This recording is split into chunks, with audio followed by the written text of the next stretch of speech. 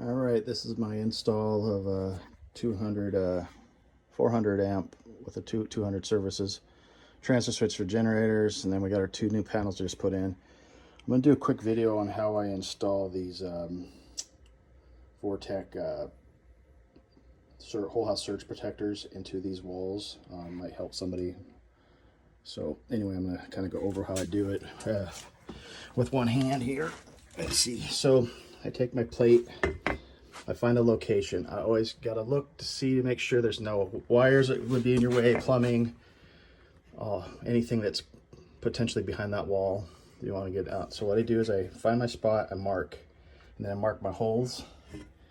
Once my holes are marked, I take the template and I go off each hole and I do a line. So I'll do a line there, do a line there, do a line there after I line it up, and then I got my square.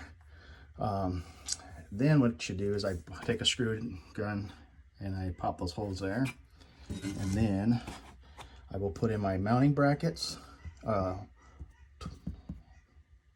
the plate, and I'll cut out the big hole. I just put that there and one in the middle just for reference, but I'll cut out the big hole. So I'll start that here in just a little bit.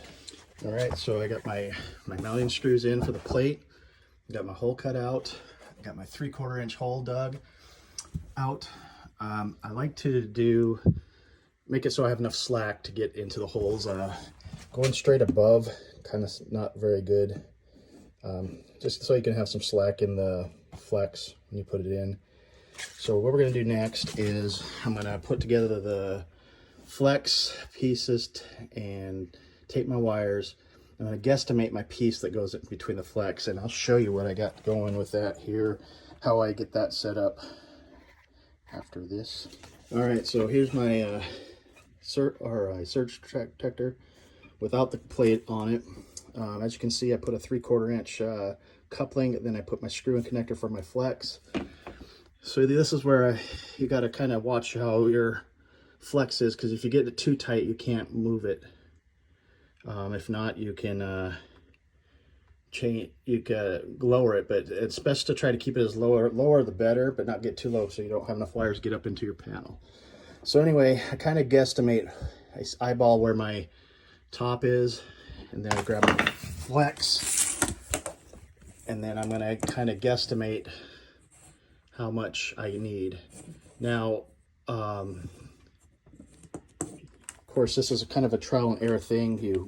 I cut it, put it on, see if it test fit it, and then if it works, I use it. If not, I cut it shorter. If it's too short, I can always, and it needs a little bit, I can always unscrew this to give me a little bit of play or extension, but you try to get it as close as you can. So anyway, we're just gonna kind of guesstimate how much I need. I'm gonna just start with that, cut it, put it on, and then we'll see if it fits. As you can see, I'm already too short, I can tell, because you want that to be floating in the middle of that. So I'm just gonna pull it off and put a new piece in. Sometimes if you're close but not close enough, you can, like I said, unscrew that coupling and give you some length, but I need about 1 inch. So I'm just gonna redo the piece. Again, it's kind of a trial and error kind of thing, trying to make this work perfect for you, but I'm gonna change that piece out. All right, so I got it up to where I need it, right about there. And then this will sit in there just about right once it's all up in there. Again, it's kind of a trial and error kind of thing. You just gotta get it just right. So I'm gonna take the cover off. I gotta take the screws all the way out, put the plate on, and then turn that so it's the right way, and then re-screw it back together, and then we'll slide it up in there. I also take my end off. Makes it easier just to slide up, put the wires up in the hole instead of trying to fight them loose. So if you just tape those up right off the bat, you won't have to worry about that. So anyway, we're gonna put the plate on there, and then we're gonna get it all hooked up here. All right, so I got the plate onto here. You wanna make sure that your label is the correct way, because this could be put on it any way you want it to. Since we know that is up, we're gonna put it down there. So I'm just gonna get it mounted up here. Try to be careful when you're putting the screws back in so you don't strip or anything. The screws. the hole. So I just do it lightly, get it all preset, not nothing torqued down too tight, just to get it on. So now it's on. I'll tighten it up here, and we're gonna shove it up the hole.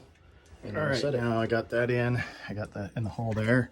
Then I'll take the bracket here, and if I did this right, I should be able to move it over and get it into position.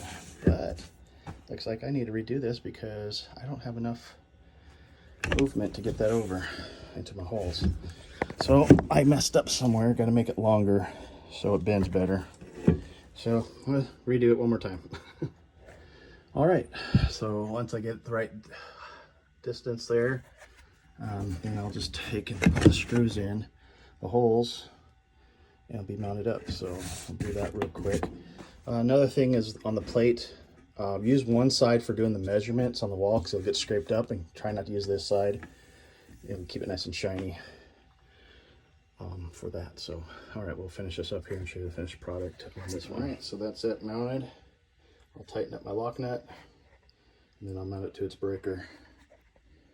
And this is my Levington panels I installed for this house. Got 2 surge protectors for each one, 2 transfer switches for the generator. It's a 20K generator for this house, and they'll have plenty of juice to keep things going during the storms. But anyway, that's what I did. And that's the model I use. The plates are sold separately, and they come 2 per package. So you'll get one surge protector, and then if you order the plates, you get 2 per packages. So just remember that when you're ordering your surge protectors, to remember to get 2 plates per 1 surge. Anyway, hope this helps people on this install.